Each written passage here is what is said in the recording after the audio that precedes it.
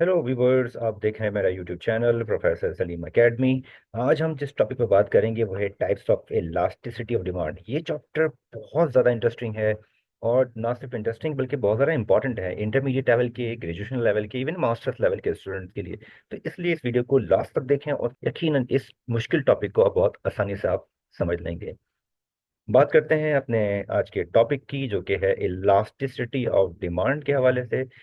देखिए व्यूवर्स, जब भी इलास्टिसिटी की बात की जाएगी तो इसका मतलब ये होता है कि रिस्पॉन्सिवनेस। रिस्पॉन्सिव किसका? अगर कीमत में तब्दीली हो रही है तो इसका डिमांड पे क्या रिस्पॉन्स पड़ेगा। अगर इनकम कंज्यूमर की चेंज हो रही है तो उससे उस कंज्यूमर के डिमांड पे क्या असर पड़ेगा। इसी तरह से अगर किसी एक प्रोडक्ट की प्राइस में इजाफा हो रहा है तो उसका जो सब्स्टिट्यूट या रिप्लेसमेंट प्रोडक्ट है उसकी डिमांड में या उसका क्या रिस्पॉन्स होगा। इन शॉर्ट, आपने ये जाना कि इलास्टिसिटी का मतलब होता है रिस्पॉन्सिवनेस, कि एक वेरिएबल जो प्राइस है वो चेंज हो रहा है या वो चेंज हो रही है, तो उसके रिस्पॉन्स में या उसके रिस्पॉन्स के अंदर डिमांड में क्या चेंज आ रही है। चलते हैं आगे बढ़ते हैं और इसको जानने की कोशिश करते हैं।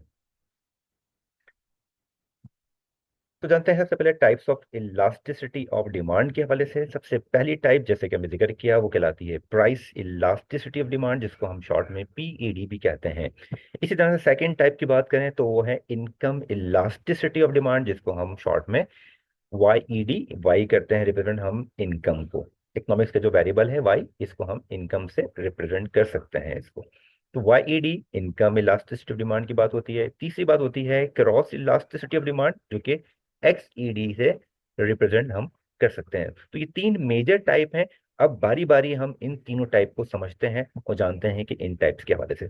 सबसे पहले जान लेते हैं पीईडी के हवाले से कि व्हाट इज पीईडी, कि प्राइस इलास्टिसिटी ऑफ डिमांड है क्या।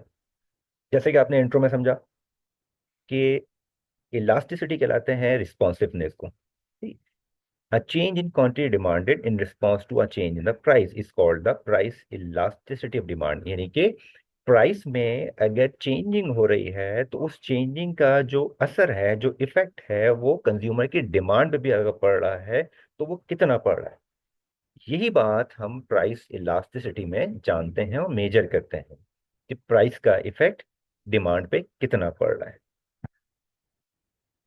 दूसरी बात, कि क्या सिर्फ ये एकेडमिक लेवल पे इंपॉर्टेंट टॉपिक है? बिल्कुल नहीं। ये बिजनेस डिसीजंस के अंदर भी बहुत इसका अहम रोल है, क्योंकि एक बिजनेस पर्सन को, बिजनेस कम्युनिटी को, मार्केट को ये हेल्प करता है टॉपिक, किस किस तरह से वो जो मार्केट में प्राइजेस का चेंजिंग का जो इफेक्ट है, जो डिमांड पे पड़ रहा है, वो इसको ऑब्जर्व कर सके। क्योंकि बिजनेस का जो डिसीजन मेकिंग है डेफिनेटली वो उनके सेल्स रेवेन्यू के साथ जुड़ा हुआ है। तो प्राइस का चेंज होना उनके बिजनेस पे भी असरअंदाज होता है। तो इसका मतलब ये हुआ कि ये टॉपिक बिजनेस इंडस्ट्री के लिए भी बहुत इंपॉर्टेंट है। बात कर लेते हैं इसके फॉर्मूले के हवाले से, कि हम प्राइस इलास्टिसिटी को कैलकुलेट कैसे करते हैं। इसका बहुत सिंपल सा एक फॉर्मूला है कि price elasticity of demand equal to percentage change in quantity demanded of a product. यानी कि जो कंज्यूमर जो प्रोडक्ट को बाय करता है उसकी डिमांड में चेंज कितना आ रहा है, उसकी वैल्यू, और परसेंटेज चेंज इन प्राइस, जो प्राइस में चेंज आया है वो क्या है। तो प्राइस के रिस्पॉन्स से, प्राइस के चेंज से डिमांड पे क्या रिस्पॉन्स आया है, ये एक इस तरह से इसका पीईडी का फॉर्मूला जनरेट हुआ है। इसके बाद बात कर लेते हैं इसके मेथड्स के हवाले से। हम आमतौर पे पीईडी को जो फर्स्ट मेथड है टोटल आउटले, इसको एक्सपेंडिचर मेथड भी कहते हैं, इससे भी हम कैलकुलेट या मेजरमेंट करते हैं इसकी। सेकंड मेथड है परसेंटेज मेथड, इससे भी हम इसको मेजर करते हैं। और थर्ड है ज्योमेट्रिकल मेथड, इससे भी हम पीईडी को कैलकुलेट करते हैं। अच्छा स्टूडेंट, ये तमाम जो मेथड हैं ये मेरी आने वाली अगली वीडियो के अंदर बहुत डिटेल के अंदर मैं तमाम न्यूमेरिकल जो कैलकुलेशन है सारी पीईडी के, वो मैं आपको समझाऊंगा और सिखाऊंगा। अभी इस वीडियो के अंदर हम सिर्फ टाइप्स के ऊपर फोकस कर रहे हैं, और जो इसकी इंपॉर्टेंस है बिजनेस के अंदर या कंज्यूमर के लिए, उसको हम डिस्कस करेंगे। आगे बढ़ते हैं, और इसका जो इम्पैक्ट है, पीईडी की जो इम्पोर्टेंस है, वो कंज्यूमर के डिसीजन मेकिंग पे भी होती है। क्योंकि किसी भी कंज्यूमर की अंडरस्टैंडिंग के लिए ये टॉपिक इसलिए अहम है कि प्राइस के चेंज होने से कंज्यूमर अपने एक्सपेंडिचर को किस तरह से चेंज करता है। क्योंकि कंज्यूमर कंज्यूमर का जो अपना एक बजट होता है, वो बजट में रहते हुए तमाम डिसीजन मेकिंग करता है और तमाम एक्सपेंडिचर जो है उसको उस लिहाज से मेंटेन करता है। अगर प्राइस चेंज होती है तो डेफिनेटली कंज्यूमर के एक्सपेंडिचर पे भी इफेक्ट पड़ता है। तो ये टॉपिक जो है कंज्यूमर के डिसीजन मेकिंग में भी बहुत अहम रोल प्ले करता है। अब हम बात कर लेते हैं इसकी सेकंड टाइप के ऊपर, जो कि है इनकम इलास्टिसिटी ऑफ डिमांड, जिसको हम वाईडी भी कहते हैं। क्या होती है, जान लेते हैं इसको। The degree of responsiveness of quantity demanded due to change in income of the consumer is called the income elasticity of demand. Consumer की इनकम चेंज होने से उसकी डिमांड पे कितना इफेक्ट पड़ रहा है। तो इनकम के चेंज से डिमांड पे जो इफेक्ट पड़ रहा है, इस इलास्टिसिटी को या इस रिस्पॉन्सिवनेस को जानना इनकम इलास्टिसिटी ऑफ डिमांड कहलाता है। आमतौर पे इसमें नॉर्मल गुड्स और इंफीरियर गुड्स का रिलेशनशिप चेक किया जाता है कि इनकम बढ़ने से नॉर्मल गुड्स पे क्या असर पड़ता है। इनकम बढ़ने से इनकम का और जो नॉर्मल गुड्स का रिलेशनशिप है वो पॉजिटिव होता है, यानी कि इनकम इंक्रीज होती है तो जो नॉर्मल गुड्स हैं उसकी डिमांड में इजाफा हो जाता है। इसी तरह से इंफीरियर गुड्स के लिहाज से देखें हम वाईडी को, तो वाईडी का जो इंफीरियर गुड्स के साथ रिलेशनशिप है वो नेगेटिव है। यानी कि जब आपकी इनकम में इजाफा होगा तो जो इंफीरियर गुड्स हैं यानी कम क्वालिटी की जो अशिया होती हैं वो आप कम खरीदते हैं, कम परचेज करते हैं, तो उसकी डिमांड में कमी हो जाती है। अब हम जान लेते हैं वाईडी का फॉर्मूला क्या है, यानी कि इनकम इलास्टिसिटी ऑफ डिमांड का फॉर्मूला क्या है। Income elasticity of demand equal to percentage change in quantity demanded of a product and percent divided by percentage change in the income of the consumer. इन consumer की income जो change हो रही है उसकी परसेंट, और जो डिमांड में चेंजिंग आ रही है उसकी परसेंट को डिवाइड कर दें तो हम वाईडी को कैलकुलेट कर सकते हैं। अब हम दोबारा से थोड़ा सा डिटेल में देख लेते हैं कि नॉर्मल गुड्स के साथ वाईडी का क्या रिलेशनशिप है। Income elasticity of normal goods is positive relation. Y जो सिंबल है वो इनकम को रिप्रेजेंट कर रहा है, यानी कि इनकम इंक्रीज हो रही है। इस एरो से आप देख सकते हैं इनकम के इंक्रीज होने से जो उस कंज्यूमर की डिमांड है वो भी अगर इंक्रीज हो रही है तो आप जान सकते हैं कि वो नॉर्मल गुड्स की बात हो रही है। यानी कि इसके अंदर इनकम जो है ग्रेटर देन जीरो है, इनकम की जो इलास्टिसिटी है वो ग्रेटर देन जीरो है। दूसरी प्रोडक्ट है वो है इंफीरियर गुड्स, यानी कि कम क्वालिटी की गुड्स। इसका मतलब ये है जब कंज्यूमर की इनकम कम थी तो कंज्यूमर जो है थोड़ी सी सब स्टैंडर्ड गुड्स यानी कि लो क्वालिटी के प्रोडक्ट परचेज कर रहा था। लेकिन जब कंज्यूमर की इनकम में कंज्यूमर ने इंफीरियर गुड्स को कम खरीदा। क्यों? इसलिए कि कंज्यूमर की इनकम में इजाफा हो गया, अब कंज्यूमर इजीली नॉर्मल गुड्स को परचेज कर सकता है। पहले इनकम कम होने की वजह से परचेज नहीं कर पा रहा था, अब इनकम में इजाफा हुआ है तो वो नॉर्मल गुड्स को परचेज करेगा और इंफीरियर गुड्स यानी कम क्वालिटी के प्रोडक्ट को कम परचेज करेगा। तो वाई रीजन के इनकम जो इलास्टिसिटी है इसकी वो लेस देन जीरो कहलाएगी और इसका जो रिलेशनशिप होगा नेगेटिव होगा। क्यों नेगेटिव होगा? ये आप देखें, एक वेरिएबल इंक्रीज हो रहा है, एक वेरिएबल डिक्रीज हो रहा है। जब भी दोनों वेरिएबल अगेंस्ट या ऑपोजिट डायरेक्शन में मूव करते हैं तो वो रिलेशनशिप नेगेटिव या इनवर्स होता है।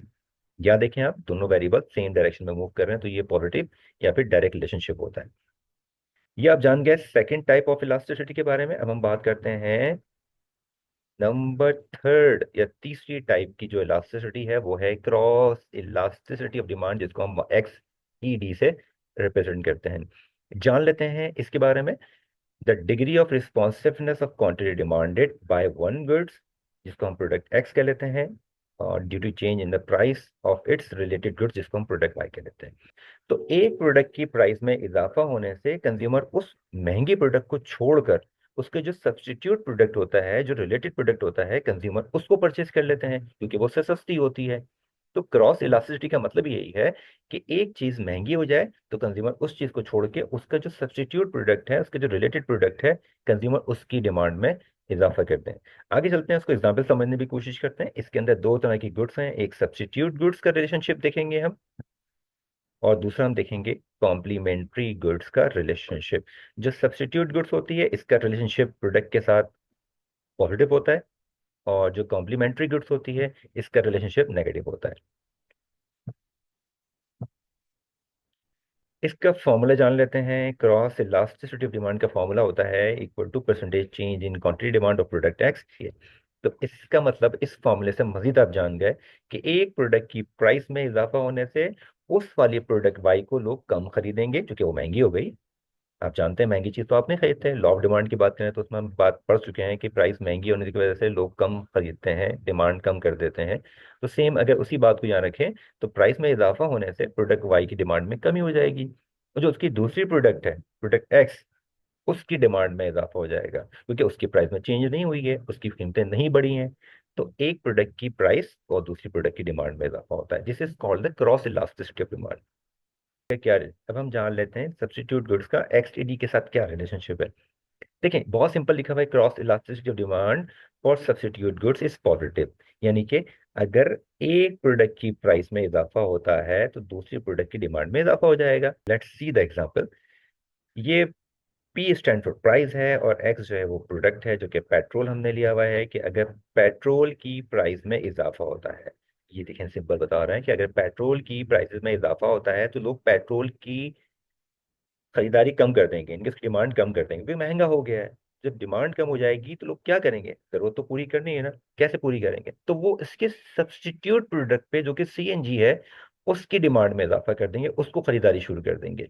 ये देखें पेट्रोल की प्राइस बढ़ ली, लोग पेट्रोल कम खरीदेंगे या कम यूज करेंगे, उसकी कंजम्पशन कम कर देंगे क्योंकि महंगा हो गया है। और सीएनजी को परचेज करेंगे क्योंकि सीएनजी महंगी नहीं हुई है, सीएनजी की प्राइस वही रही है जो पहले थी। तो ये जो रिलेशनशिप है, इस तरह का जो रिलेशनशिप आपके सामने आएगा, तो आप जान जाएं कि ये एक सब्स्टिट्यूट गुड्स का रिलेशनशिप है। और कोई भी सब्स्टिट्यूट गुड्स का रिलेशनशिप जो होता है वो डायरेक्ट होता है, यानी कि एक वेरिएबल अगर इंक्रीज हो रहा है, एक वेरिएबल की प्राइस इंक्रीज हो रही है, तो दूसरे वेरिएबल की डिमांड जो है उसमें इजाफा हो रहा है। ये दोनों एक दूसरे की सब्स्टिट्यूट प्रोडक्ट है।